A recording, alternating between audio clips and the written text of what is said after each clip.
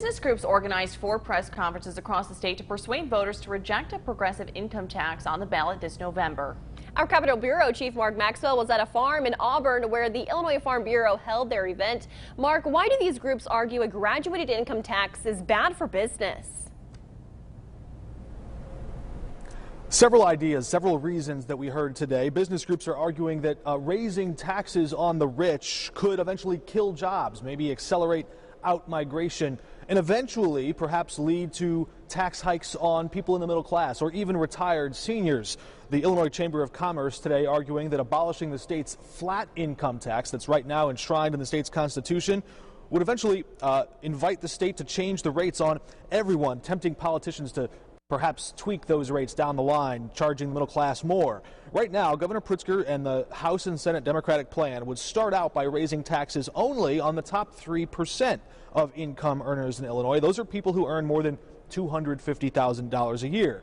It just so happens that some of the people speaking at these press conferences today fall into that category. Those in that 3% tax bracket are going to figure out a way not to pay the taxes, and they have the resources to do that. And probably they may even leave the state. Wouldn't it raise your taxes?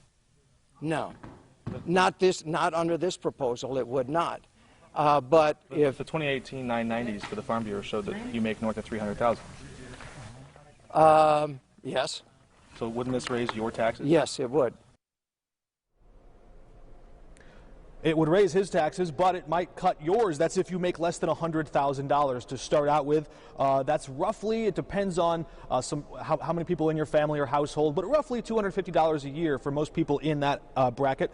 Today, the Illinois Chamber of Commerce CEO compared that to a cup of coffee, saying it was minuscule, the tax cut that most people would feel. The group Vote Yes for Fair Tax, responding in a statement saying, quote, "It's no surprise that wealthy special interests like the unfair old way of taxing income in Illinois because it's given them a sweet deal for way too long." Their chairman saying the extra revenue from a progressive income tax could go to help things like education or human services, or and it might even help the state to grow jobs. This is just a preview of the fight to come over the next 3 or 4 months or so before voters go to the ballot box and ultimately decide what to do with the state's constitution. Since that time in 1970, when we locked that flat income tax in, we've seen income inequality explode in Illinois. That gap between the richest and the poorest among us growing at one of the fastest rates in the country. Illinois, the 8th highest income inequality gap nationwide. Back to you.